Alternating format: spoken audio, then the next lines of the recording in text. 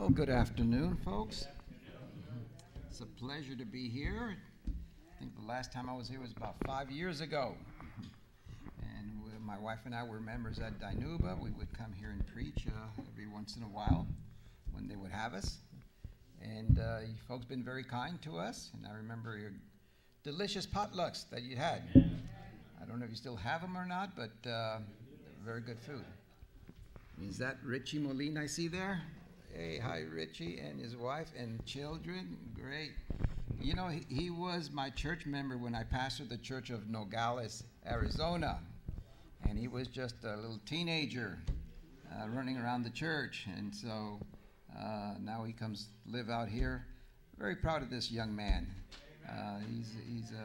He's a good asset. Now I hear he's helping you folks out every once in a while. So great. Maybe okay.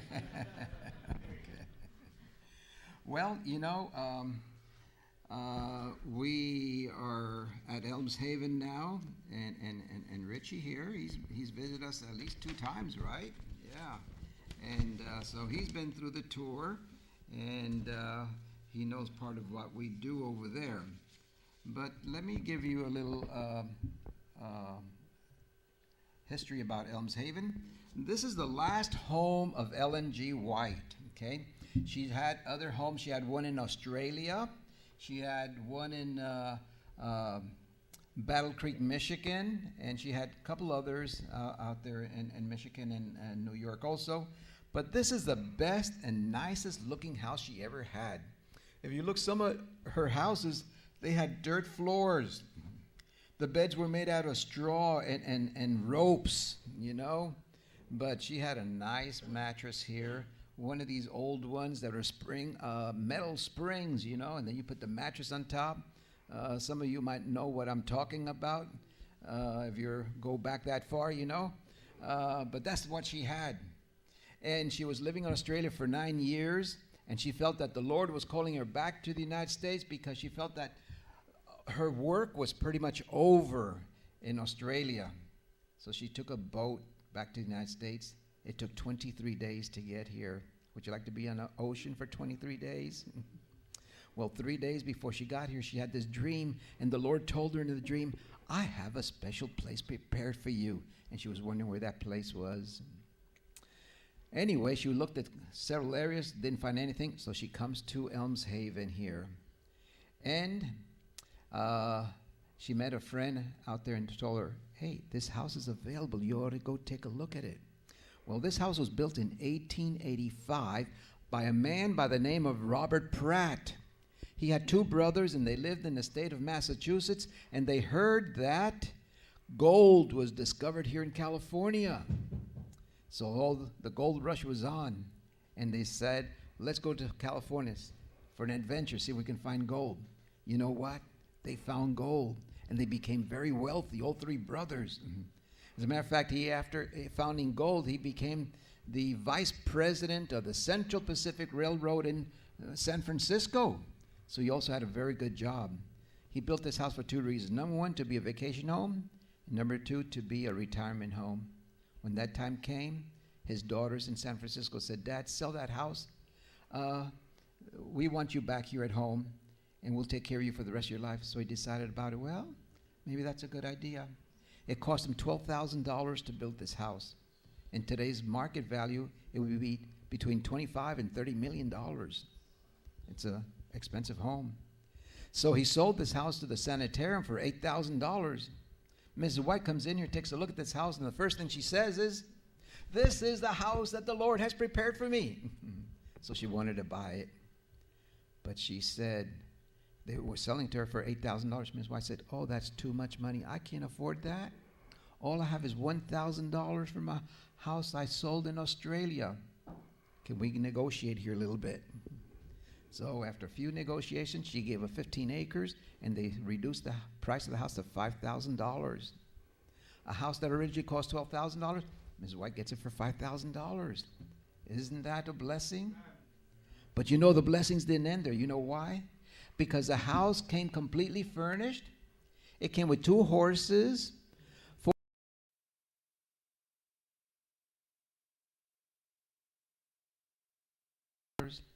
Would you like to buy a house like this with 74 acres, furnished, and all these animals for $5,000? Yeah, well, I'm sorry, those days are gone. You'll have to dream about that sometime. Well, Mrs. White was very blessed in having this home for the last few years of her life. She got there when she was 72, and she even died in this house at the age of 87. Well, this house was made a National Historic Landmark, and they don't do that just to anybody. You know why they made this a National Historic Landmark? Because Mrs. White was the #1 author in the history of literature in the United States. Did you know that? No one. She wrote 63 books, and she wrote 100,000 pages of manuscripts and letters, and she also had her books translated into more than 160 languages around the world. That's quite an accomplishment. And when they looked at her works and her life history, they said, yes, we need to recognize this lady as for something, So they made it a National Historical Landmark because she is the #1 author of literature in the United States, male or female, religious or secular. No one else has written as many books as Mrs. White, or as many pages, or had her books translated in as many languages. A little known fact even among Adventists. When Mrs. White died, this house was sold, and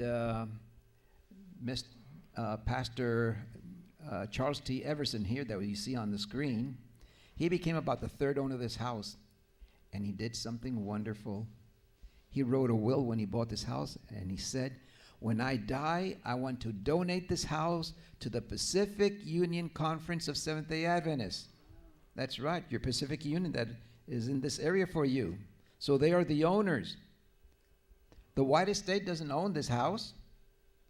The General Conference does not own this house. It's the Pacific Union in your own backyard right here. They are the owners of the house. He died in 1955, and we got the house, and we've been giving tours there ever since then.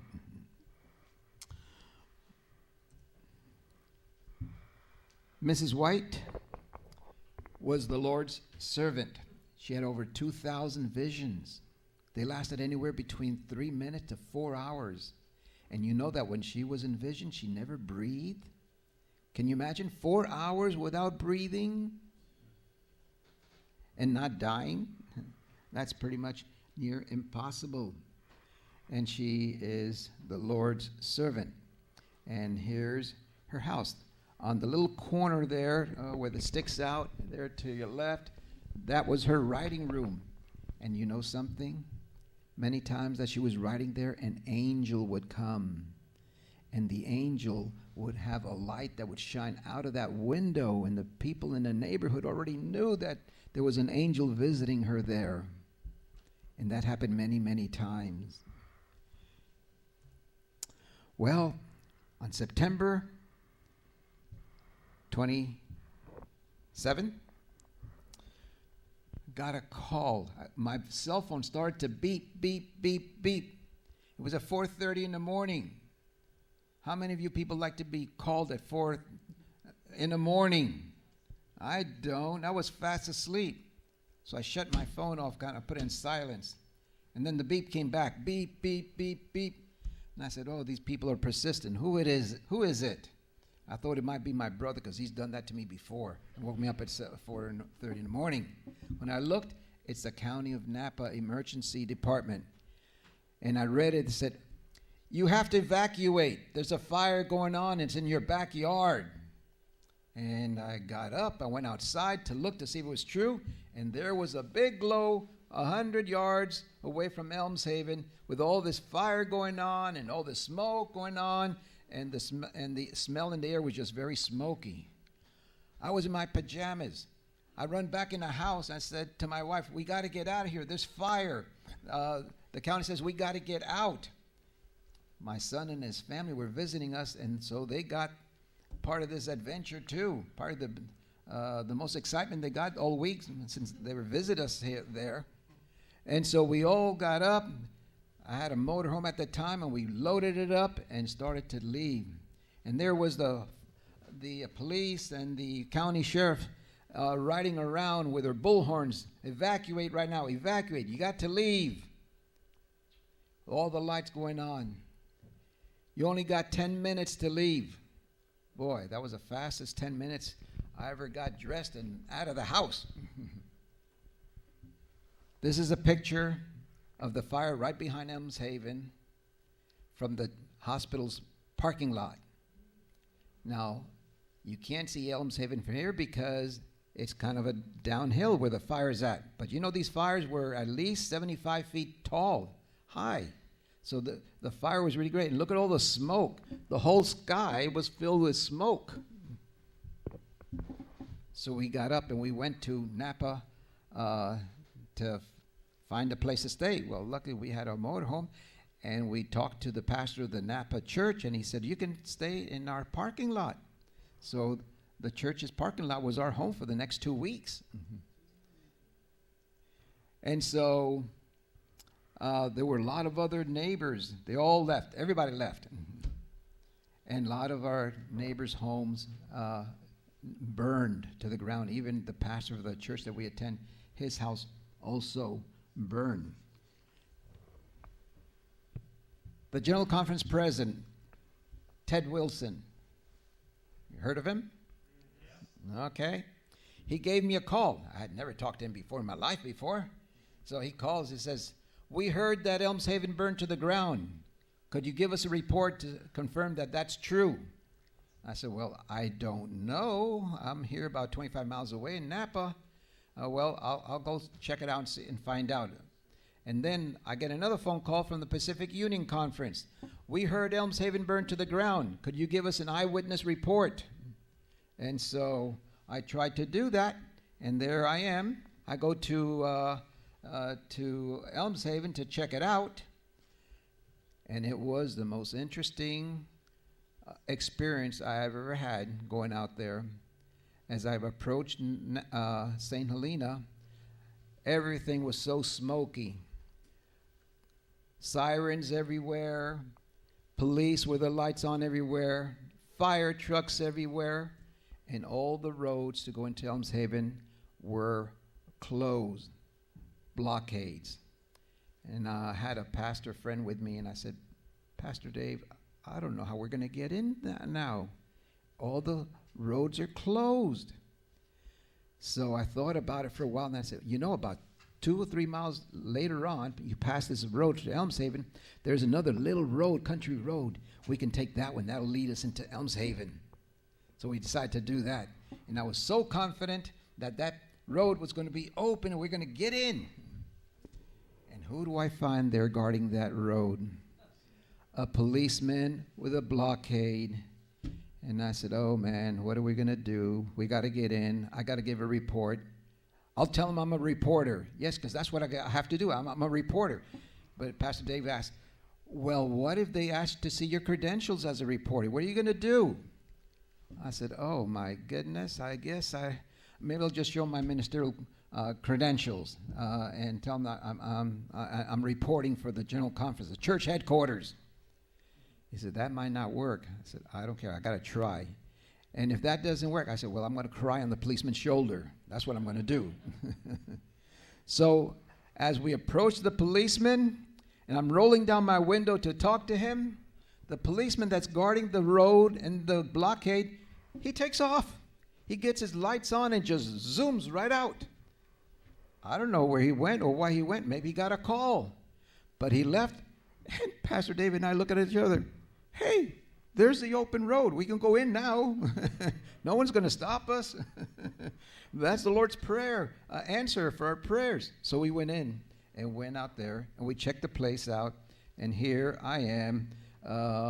He making a video report, and we send it to the General Conference, and we send another copy to the Pacific Union so that they can see the rumors were not true. Elmshaven is still standing, you see? And the Lord performed a miracle and saved Elmshaven. Well, I wish I could show you the video actually working, but it doesn't. And let's see. Oh, they called it the glass fire. You know why? because the road where Elmshaven is, it's called Glass Mountain Road. Our mailbox is on Glass Mountain, and our address for Elmshaven is 125 Glass Mountain Road. So they named it the Glass Fire because it started right there in our backyard. So there we are, and let's see. Oh, I got voice here, but we can't see anything.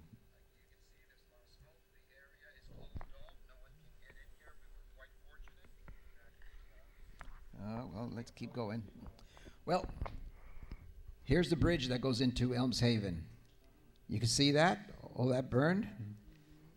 The bridge was burning. The fence to the neighbor there was all burned. You look across the street, the whole mountain, the whole forest is just charred.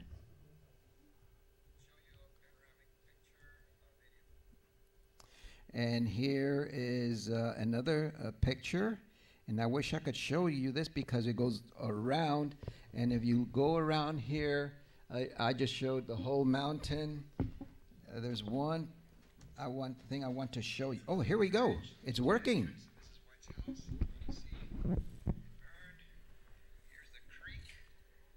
I know where the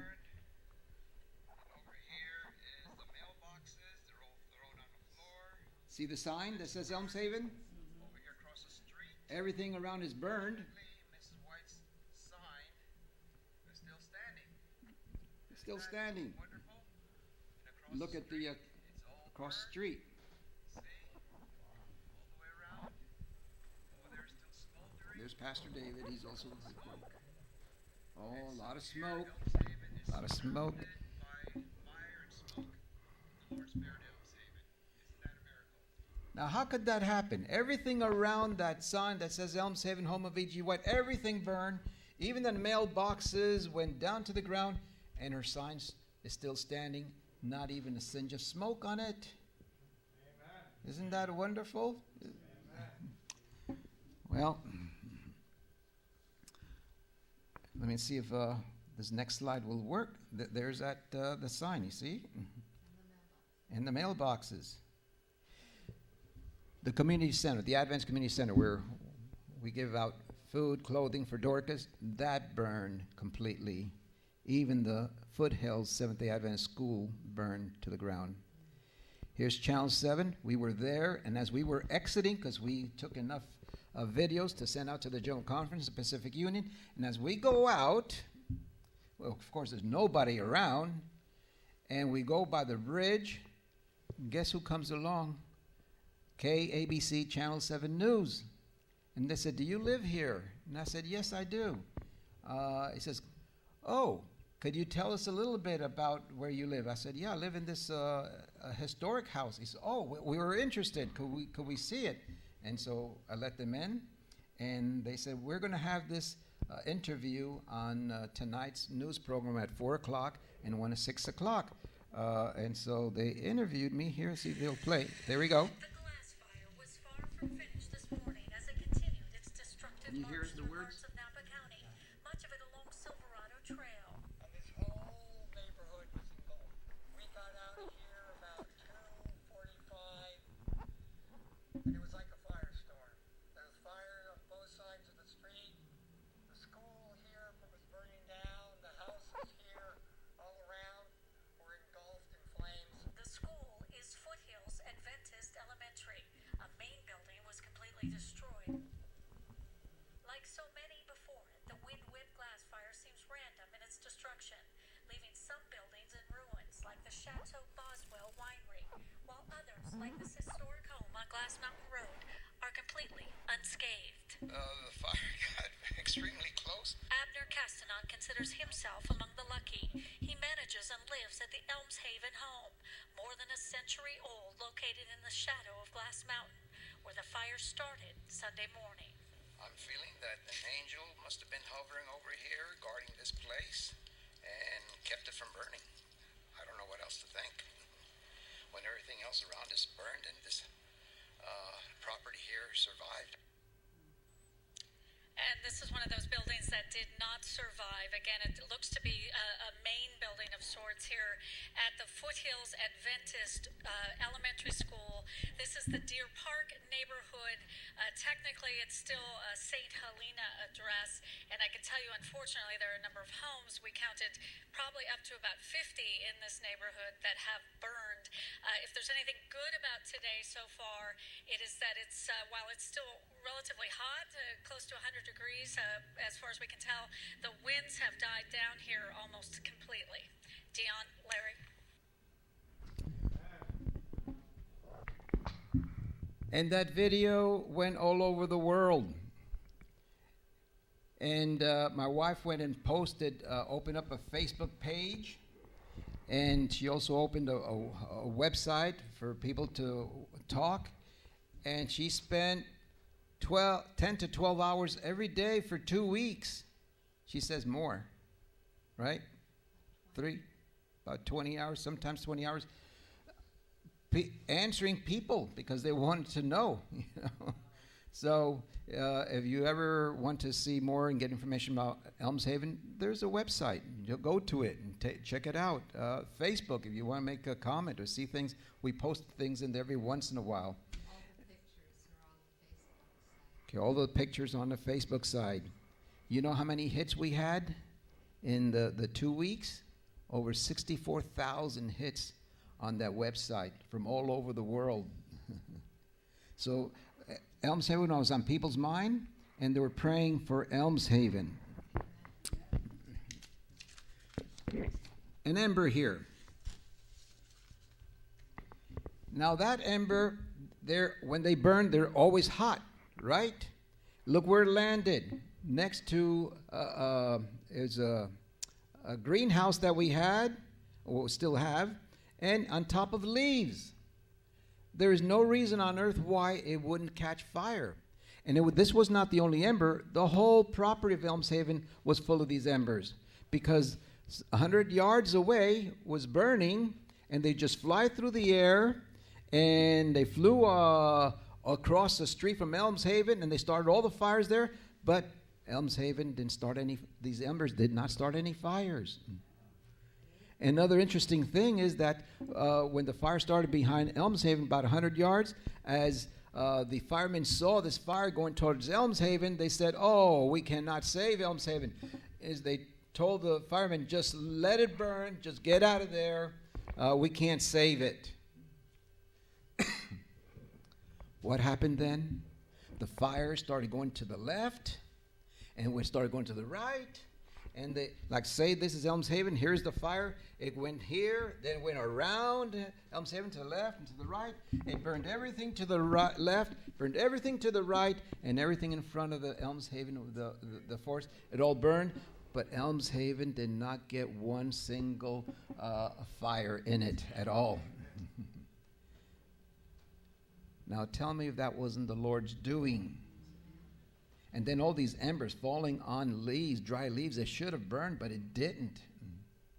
The Lord had his hand on that.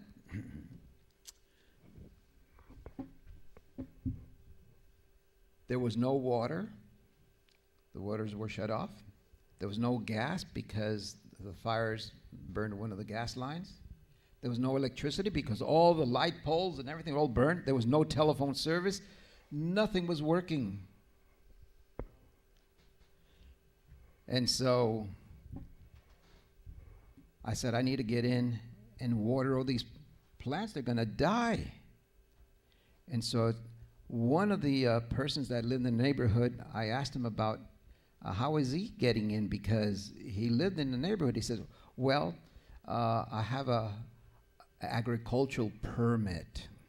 And if you have an agricultural permit, you can get in. I said, how can I get one? Oh, you have to go to the Napa County office and ask for an agricultural permit.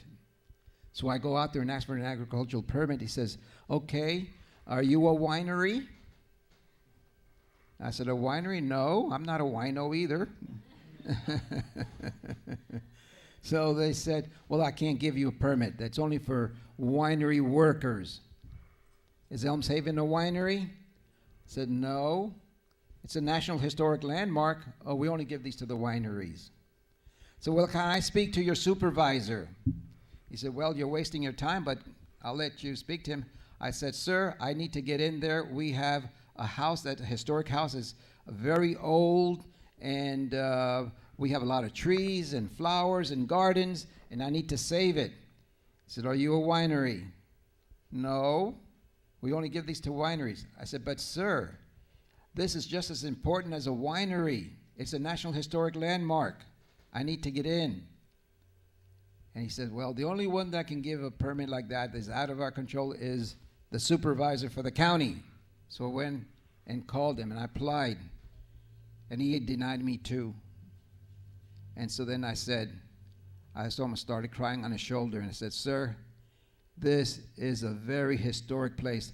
This belongs to Seventh-day Adventist Church, and the whole world is waiting to hear news and wanting this to be saved. I need to get in. I need to water the plants. I need to get generators going.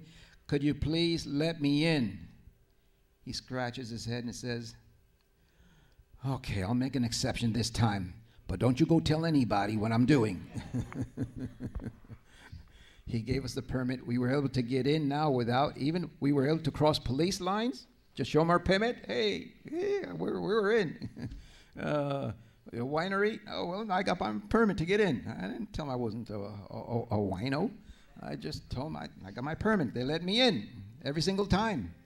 So we got the generators going. It worked the well, and we were able to get water to water the trees, the plants, the flowers, and we were able to save the vegetation of Elmshaven that way.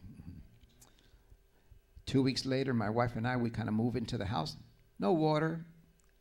Well, now that we got the generators, we had water, but no electricity, no gas, no telephone, no nothing. We were able to get an extension cord from the generator into the house, so that way we could at least have a light in the house. But our stove was electric. It's 220 volt. The generator only puts out 110, so we couldn't use the stove. We had to live on sandwiches, take a shower, bath in cold water, eat cold food. You know, that gets old after a while. But we survived there. And the whole place was just smoky. 2 months later, we opened Elmshaven. As smoky, smelly that it was, people just poured in trying to see Elmshaven and wanted to praise the Lord and thank him for saving Elmshaven. This is the house of Ellen White's son, Willie White. You know, Pastor David and I, we went around the neighborhood to see what burned and what the devastation was like. And we went around this road and that road. It was all the original 74 acres of Mrs. White's home where she lived. And guess what we found out? To the left, hello? There we go. To the left where everything had burned was not her property, but the road to the right, nothing burned. And we went all around the 74 acres. Everything that was outside of her 74 acres burned, but everything that was inside of her original 74 acres did not burn. Now tell me that was just a coincidence. That was not. Mrs. White's mission. You know, this might look kind of funny to you, but that's her car. The car for her days. It didn't matter where she lived. She always kept her commitment. She would always preach the word everywhere. Here, I don't know if it's a wire that's... she would always keep her commitments wherever she went.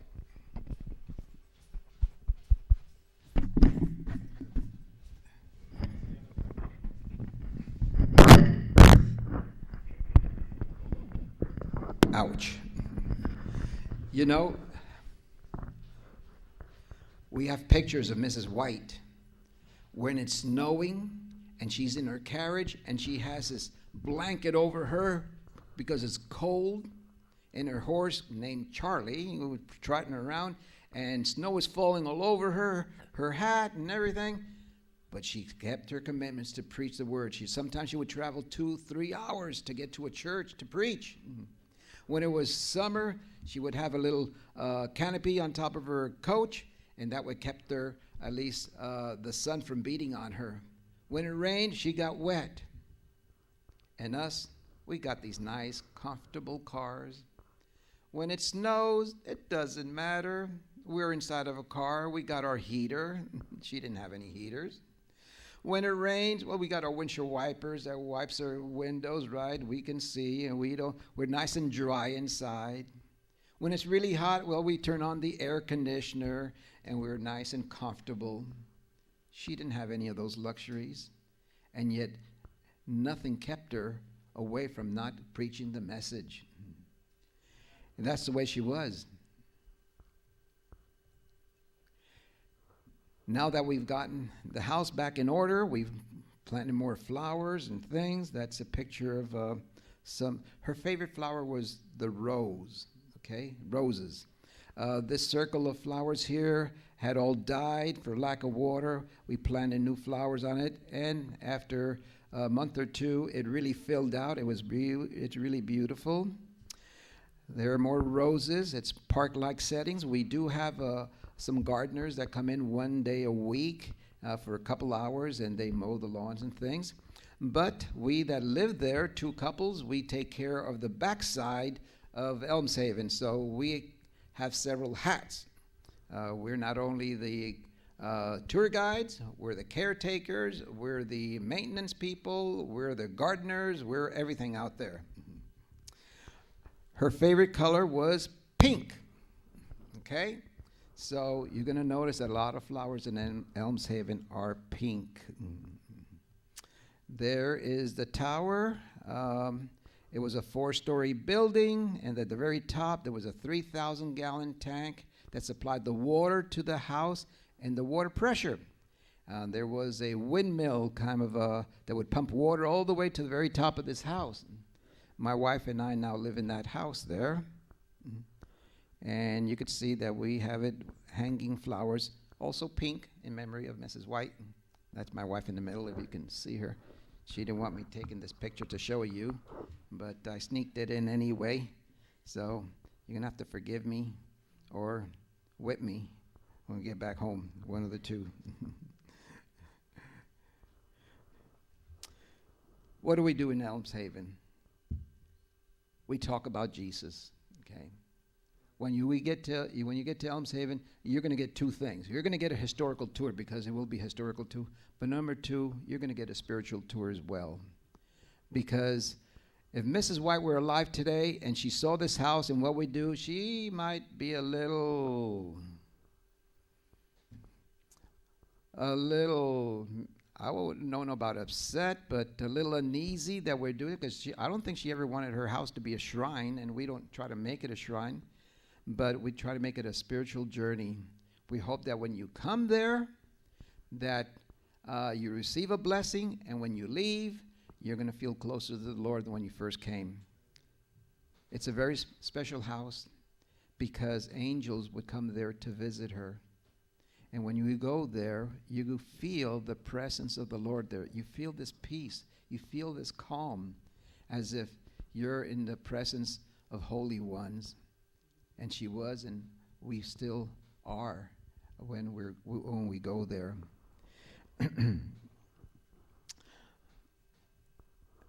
This slide here, it's one of the display areas that we have. Someone went on a computer and looked at Mrs. White's writing to see what names she gave Jesus. And they're all listed in here. And they're all in alphabetical order. From the Holy One, the Alpha and Omega, the all-powerful friend, the Babe of Bethlehem, the Author of Truth, the Commander of the Universe. All those names Mrs. White gave him. You know how many names she gave him? And they're all listed in there? 837 names. Read through the Bible, see how many names the Bible gives Jesus, and you will count 159. Ellen White gave him 837 names. Isn't that wonderful?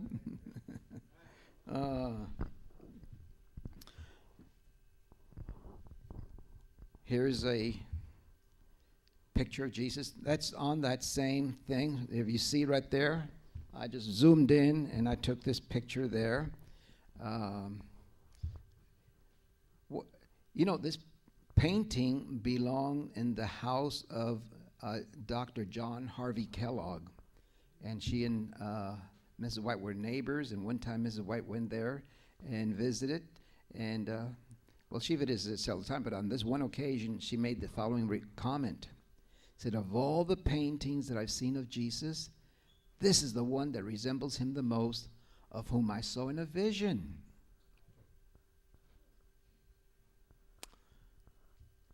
Looks very Jewish, doesn't he?